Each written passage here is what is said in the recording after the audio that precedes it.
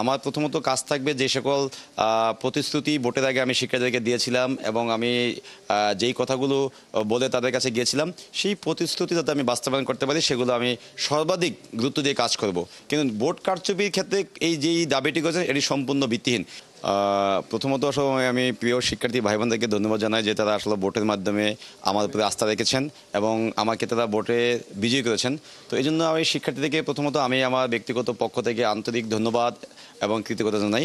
তো আমার প্রথমত কাজ থাকবে যে সকল প্রতিশ্রুতি ভোটের আগে আমি শিক্ষার্থীদেরকে দিয়েছিলাম এবং আমি যেই কথাগুলো বলে তাদের কাছে গিয়েছিলাম সেই প্রতিশ্রুতি যাতে আমি বাস্তবায়ন করতে পারি সেগুলো আমি সর্বাধিক গুরুত্ব দিয়ে কাজ করব।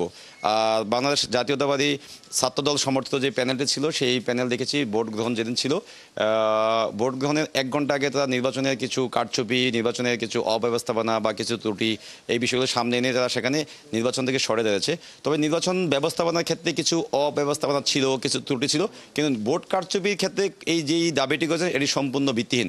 কেন আপনারা জানেন যেই পদ্ধতিতে আসলে আমাদের ভোট গ্রহণ হয়েছিল সেখানে পুরো সময়টি জুড়ে কিন্তু আমাদের সিসিটিভি ছিল, লাইভ চলছে।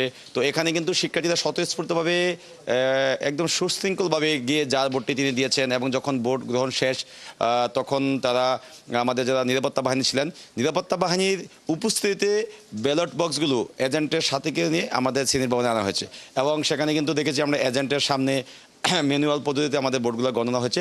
তো ভোট কারচুপির কোনো সম্ভাবনা এখানে ছিল না, ভোট কারচুপি কোনো হয়নি। তবে কিছু ত্রুটি ছিল নির্বাচন ব্যবস্থাপনার ক্ষেত্রে, কেননা নির্বাচন কমিশন সততার সাথে দায়িত্ব পালন করতে চেষ্টা করলেও আমাদের শিক্ষকদের কিন্তু একটি বিশেষ মহল বা বিশেষ একটা সংখ্যক শিক্ষক তারা চাননি যে নির্বাচনটা আসলে এই সময় অনুষ্ঠিত হোক। তারা সেকেন্ডে যদি বলতেন সবাইকে নিয়ে সাথে নিয়ে কাজ করার কথা বলেছেন, সেক্ষেত্রে ছাত্রদলকে যুক্ত করার কথা বলেছেন।